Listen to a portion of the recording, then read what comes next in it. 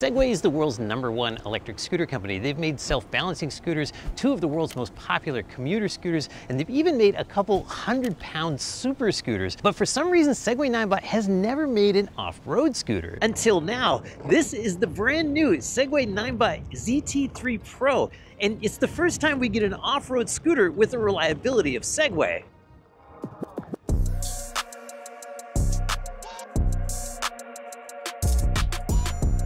It's got a single rear motor that puts out 650 watts of nominal power and 1600 watts of peak power when boost mode. So if you're not careful, this scooter will even power wheelie. Whoa.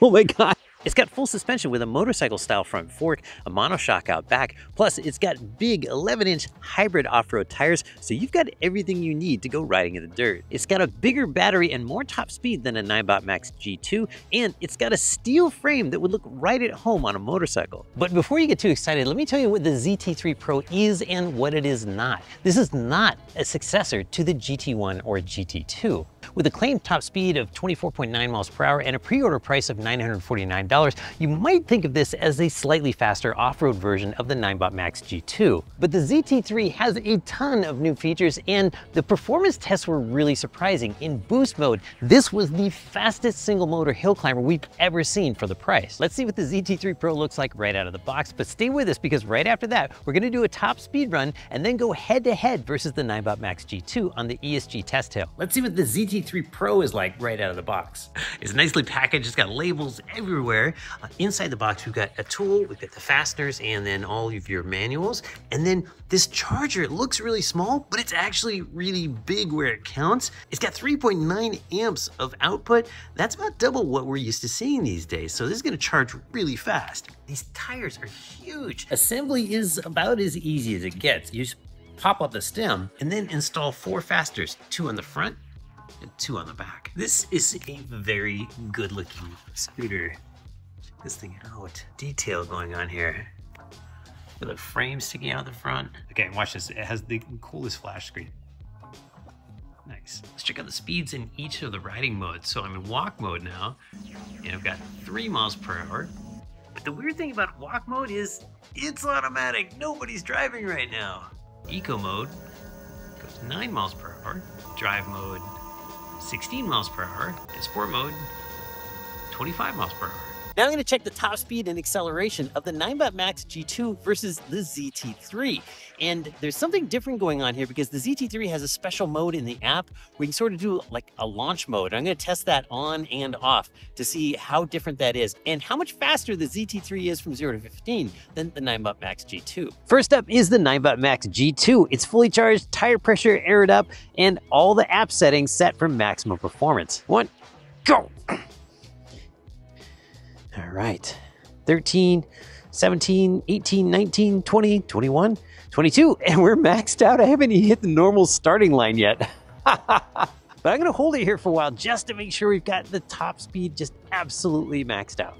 Yeah, today the trucks are faster than me. The Ninebot MAX G2 went 21.4 miles per hour and got from 0 to 15 in 4.2 seconds. Okay, I'm on the ZTL3 Pro and I'm about to do a top speed run, but first, I gotta put it into boost mode.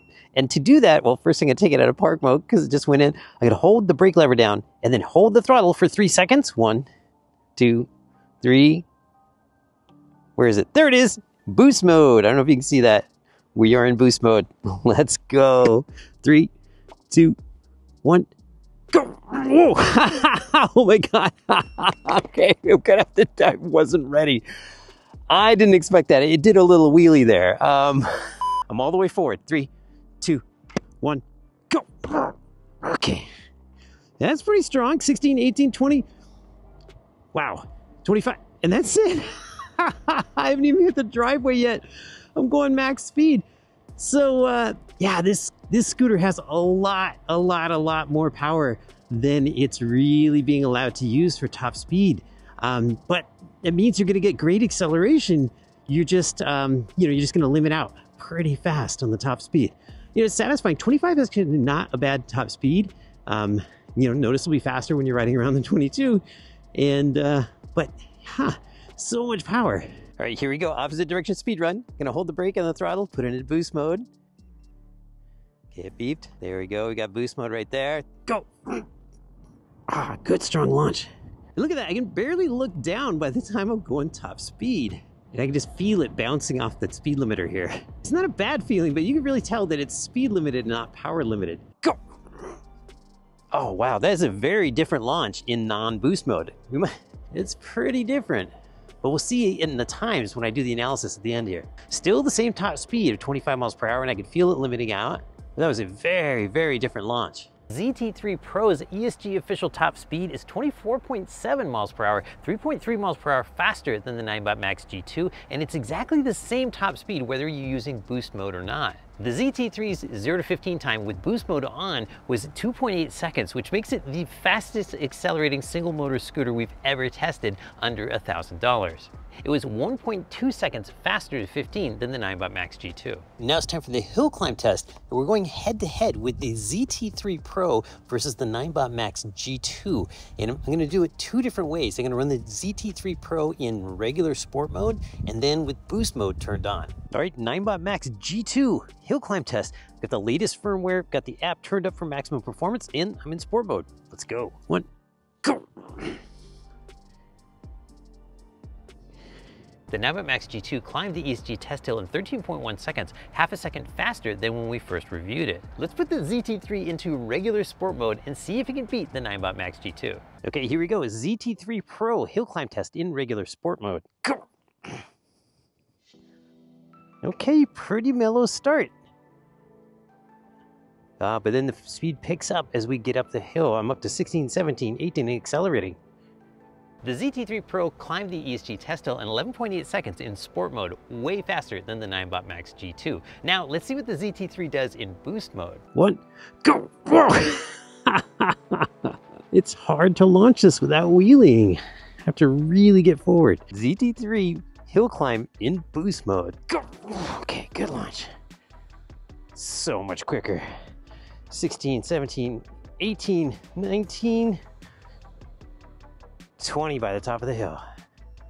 The ZT3 Pro climbed the ESG test hill 2 seconds faster in boost mode than in regular sport mode, reaching the top in 9.6 seconds, making the ZT3 Pro the quickest electric scooter we've ever tested in this hill climb for less than $1,000. It's even quicker uphill than the impressive VX2 Extreme. In fact, the only single motor scooter to ever beat this hill climb time at any price is the Segway GT1. Now to find out how far the ZT3 Pro goes in the real world, I'm gonna put it in sport mode and ride it till it just stops going. The ZT3 Pro has a 6% larger battery than the Ninebot MAX G2, but will it have more range? Let's find out.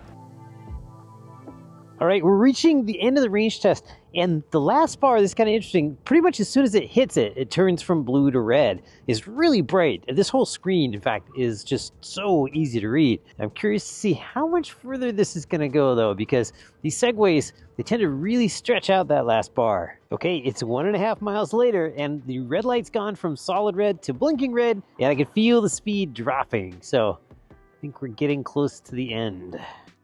And that's the end. Let's go check the data to find out how far the ZT3 Pro really went. The ZT3 Pro covered 20.5 miles on the hilly ESG range test course riding in sport mode, which is exactly typical for this price point, but 6 miles less than what we tested on the Ninebot MAX G2. Let's check out the brakes, and then we'll see what it's like to ride on and off road.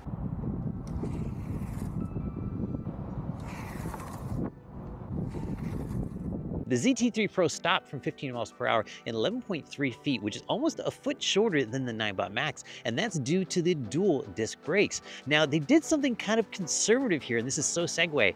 They gave you kind of smaller disc brakes, and they're mechanical disc brakes, and I think what they were going for is just to make it so you can't put yourself over the bars. They want to make this as safe as possible. So these are 120 millimeters, and they put a different caliper on the front than they did in the back. The back is actually a stronger caliper that grabs from both sides, and the front is more traditional that grabs from one side. I would actually swap those if this was my scooter. And the larger diameter tires also give these brakes less leverage against the road, and so that also makes these brakes like very, very easy to use, but they do require a stronger squeeze on the brake levers to get maximum braking power. Okay, well, let's go see what the ZT3 Pro is like to ride, and I'm gonna take you through all the modes first, and then I'm gonna start with this one right here, which is park mode. It drops into park mode so fast. Watch this. I'm gonna let go of the brakes, so anytime you come to a stop, after about 5 seconds or so, maybe 10, it will drop into park mode. There it is.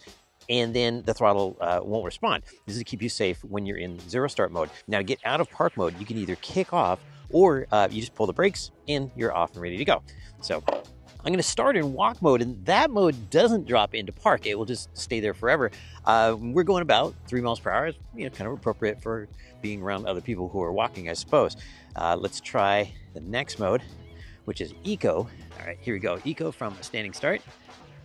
Okay, super chill. And we're gonna stop at about 9 miles an hour, which we're there already. And then each time I'm just a single poke of the M button here, takes me to the next mode. And now I'm in drive mode. And we're going 15 miles per hour, limiting out. And so this is the speed of your typical rental scooter. Actually, many inexpensive scooters is kind of where they limit out. Okay, so now we're gonna get into sport mode. And this is actually not that sporty. When you hit the throttle, it is pretty mellow still, but the top speed takes you all the way up to about almost 25 miles an hour. And this is what that feels like. Pretty nice. Very stable with these big tires. Okay, so now we're gonna enable boost mode, and this is a lot like getting into launch mode on a car. Okay, so I'm in park. So you grab the brake and the throttle at the same time, and you get 3 blinks right here. And then when you let go of everything, the word boost shows up right there and you're ready to go. When you get into boost mode, you've got to be ready for it because it can power wheel you out. I'm going to kind of demonstrate that right now. Okay, here we go. I'm going to go to boost mode. 1, 2, 3. Okay, here we go. Ready? Go! I see the front end came up a little bit. And just like that, we're at top speed. And now it'll stay in boost mode for about 20 or 30 seconds or until the next time you hit the brakes. But this is not just a mode that you can ride around in. In fact, now we've already dropped out of boost mode. So it's really only useful for, kind of hard launches or, blasting up a steep hill. So there's a funny thing you can do in the app. You can customize the max speed in each mode below the, the ultimate limit of each mode that I talked about earlier. And then you can turn on boost function here. But you can actually delete speed modes. Like say I only wanted the maximum and the minimum. Say I only wanted sport and eco. You can't disable eco for some reason, but you can do that. And so now when I go back to the scooter and I hit the mode button, I've just got eco and sport, which is handy if you don't want to be toggling through modes that you're not going to use all the time. And then, other things you can do in the app, you can set the start speed. So that's how hard you have to kick it off. I've got it set to 0 miles per hour because I just like zero start where you just push the throttle and go. And you can also set energy recovery to disable, weak, or standard. I've got it on disable right now, but this is like your single pedal driving mode in a Tesla. So if you let off the throttle, it just automatically starts applying some amount of brake. Now, I don't use this because it eliminates the ability to coast, and coasting is like the most efficient thing you can do on an electric scooter. So, but some people are gonna like this, and then you can just ride around and let it do all the braking for you. And then this last feature is braking priority. If you disable this, it lets you use the brake and the throttle at the same time, which is a surprising feature because it lets you power brake, and I'll demo that. And I'm not sure why they included it. All right, let's look at this cockpit. This is a very, very nice looking dash. It's really hard to capture this on the camera, but the blue color, the battery meter is just really intense. It's super easy to read. It's fairly simple. It doesn't have a lot of things on here, but it's just one of the best looking, easiest to use displays I've seen. Over here, ignore this. This is sending the GPS data to the screen, not part of the scooter. But underneath that is a cool thing. This is a removable little collar. And so if you wanted to clamp something on here, like a phone mount or whatever, it doesn't look like you'd be able to do it, right? Well, over here, this little part comes off and gives you access to the handlebar where you can clamp a mount. Okay, let's look at the controls. So the mode button, gets us through the modes, and you can see it's got a cruise control symbol on there too, right? Can you see it? All right, that doesn't work. There's no cruise control in the app. Let me know in the comments if you found a way to turn it on. It's not mentioned in the manual, so I'm thinking that's a future feature that we're gonna see show up in the app at some point. And that brings up the subject, I love that this has over-the-air updates. You can update the scooter in the future. It's gonna kind of future-proof your firmware. A lot of scooters, the firmware you get is the firmware you're stuck with. Not the case on most Segway scooters. All right, you got your turn signals, which I love. You can see them from in front or behind. They are also drop-proof, and I will demo that right now. Oh, I hate doing this. Okay, here we go. It's a heavy scooter too. Here we go. Oh, don't do it. Oh, okay. Oh man, that made me cringe. It's fine. No harm done. It looks perfect. And they still work. Okay, turn them off, you poke them again. Now, if you push and hold, you will get hazard lights. Do we get it to the back too? No, just up here. All right, and then push and hold again. Turn those off. You've got this customizable button over here, and that lets you do, there's park mode again. Okay, got this customizable button over here, and that lets you toggle quickly into walk mode or quickly into hill hold mode, depending on how you've got the scooter set up. And then, of course, you got your light, your headlight switch here, and then, oops, do I still have my blinker on? Yeah. Okay, and then you've got your light switch right here, and if you hold it, that turns off your power. Now, down below, you'll see this little thumb switch hanging out here. It's not a switch at all. It's your bell, and that feels a little bit out of place on such a big scooter. But, you know, at these speeds, you're kind of right in between sort of bike lane speeds and riding with the car speeds, and they've gone with sort of the bike lane version, which, you know, makes sense, I guess. And the details on this scooter are really nice. The grips look very ordinary, but they are just super soft and just super grippy. And they did something really cool with the throttle here is that, you know, it's a thumb throttle, right? And it's got a nice little grippy thing on it. But it's also a twist throttle if you want to use it that way. It's like a half twist. You can fully use this as a twist throttle. And that's nice and grippy and rubbery too.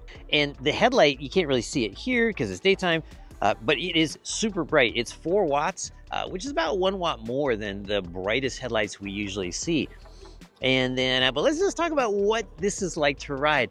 I'm getting a little bit of tire noise from the hybrid off-road tires. Not bad, not distracting, but it's there. Zero motor noise, like you really can't hear that at all. And these 11-inch tires, these feel really, really good. They feel really smooth. This is a pretty bumpy surface that I'm riding on out here. And tires feel great. Suspension feels great. It's very long travel, which is going to work great off-road. It's not as silky smooth as the Ninebot Max though, because it doesn't really have any damping in it. There's just springs here, not oil damping like you have in the front of the Ninebot MAX G2.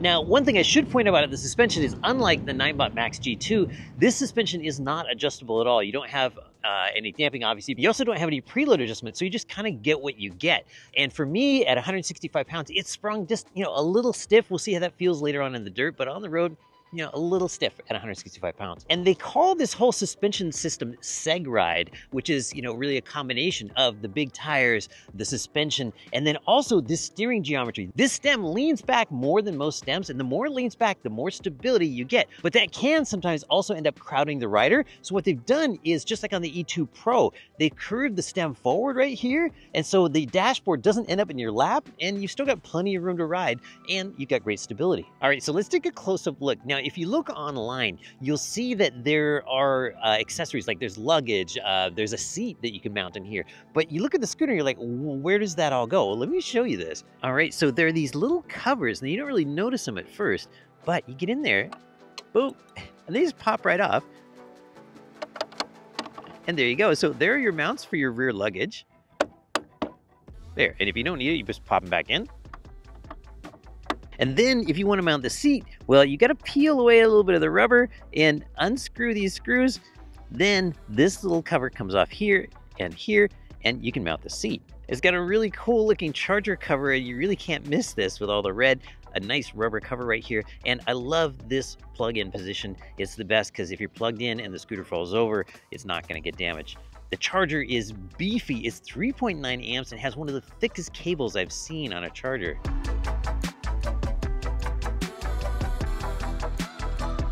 One thing to really watch out for is the ZT3 Pro can and will turn itself on in the trunk of your car when the power button bumps up against the deck. So watch out for that, because in zero start, you know, it could be trouble. So the ZT3 Pro just has an insane number of features in the app. I've covered some, and I'm going to cover some more right now. It's got a locking function where you can code lock it with like a pattern or a number, or you can airlock, and that's a function where you walk away and it locks your scooter, and then you walk back up and it unlocks, and you can even control the distance when that locking happens.